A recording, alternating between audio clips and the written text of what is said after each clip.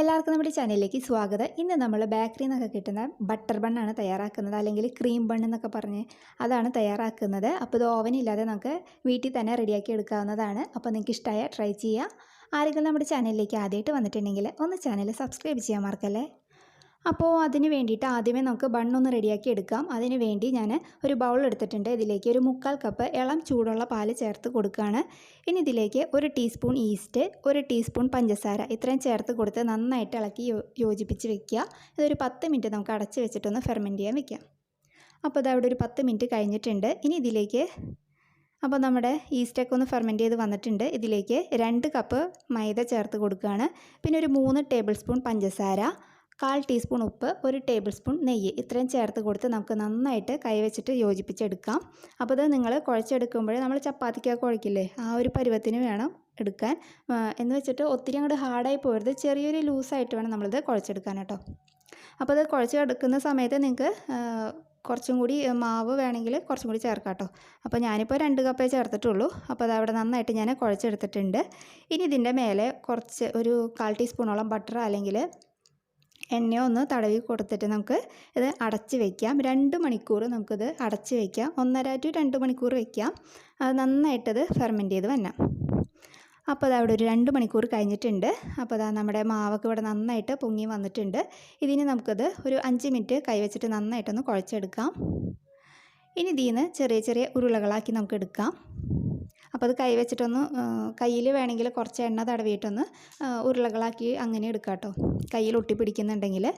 അപ്പോൾ അതാ ഞാനിവിടെ ഒരെണ്ണം റെഡിയാക്കിയിട്ടുണ്ട്. ഇനിയിപ്പോൾ അത് ഞാൻ ഒരു പാത്രം ഒന്ന് ഗ്രീസ് ചെയ്ത് വെച്ചിട്ടുണ്ട്, അതിലേക്ക് വെച്ച് കൊടുക്കുകയാണ്. അപ്പോൾ ഇതേപോലെ ബാക്കി എല്ലാം റെഡിയാക്കി ഞാൻ എടുത്തിട്ടുണ്ട്. അപ്പോൾ ഈ ഒരു അളവിന് എനിക്ക് ഇത്രയാണ് കിട്ടിയിട്ടുള്ളത് കേട്ടോ. അപ്പോൾ ഇത് ഒരു 10 മിനിറ്റ് നമുക്ക് വീണ്ടും അടച്ച് വെച്ചിട്ടൊന്ന് ഫെർമെൻറ്റ് ചെയ്യാൻ വെക്കാം. അപ്പോൾ കുറച്ചും കൂടി ഒന്ന് വലുതായിട്ട് വരും. അപ്പോൾ അതാ കുറച്ച് നേരം കഴിഞ്ഞിട്ടുണ്ട്. ഇനിയിപ്പോൾ നമുക്കതൊന്ന് വറുത്തെടുക്കാം. അതിന് വേണ്ടിയിട്ട് സ്റ്റവ് ഓണാക്കി ഞാൻ പാനിൽ കുറച്ച് എണ്ണ ഒഴിച്ചിട്ടുണ്ട്. ഇനി ഇതിലേക്ക് നമ്മൾ തയ്യാറാക്കി വെച്ചിരിക്കുന്ന ഓരോ ബണ്ണും ഇതിനകത്തേക്ക് ഇട്ടിട്ട് ഗോൾഡൻ കളറായി വരുന്ന രീതിയിലൊന്ന് ലോ ഫ്ലെയിമിലിട്ട് നമുക്കൊന്ന് വറുത്തെടുക്കാം. അപ്പോൾ ഹൈ ഫ്ലെയിമിൽ ഇടരുത്, ഇട്ടിട്ടുണ്ടെങ്കിൽ കരിഞ്ഞു പോകും. അപ്പോൾ ലോ ഫ്ലെയിമിലിട്ടിട്ടൊന്ന് ഫ്രൈ ചെയ്തെടുക്കാം കേട്ടോ. അപ്പോൾ അതാ നമ്മുടെ ഒരു ബണ്ണ് ഇവിടെ റെഡി ആയിട്ടുണ്ട്.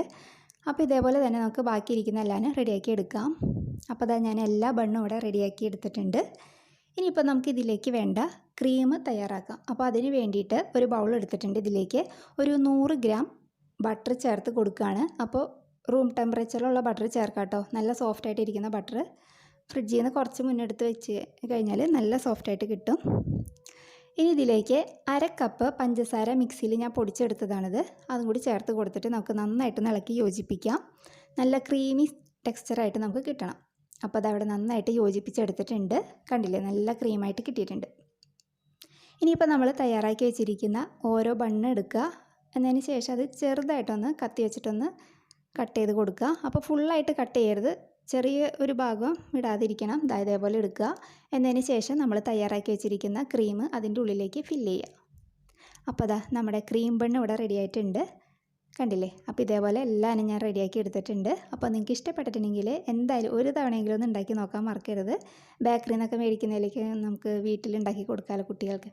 അപ്പോൾ നിങ്ങൾ എന്തായാലും ഉണ്ടാക്കുക. നമുക്ക് നല്ലൊരു വീഡിയോ ആയിട്ട് അടുത്ത ദിവസം കാണാം. താങ്ക്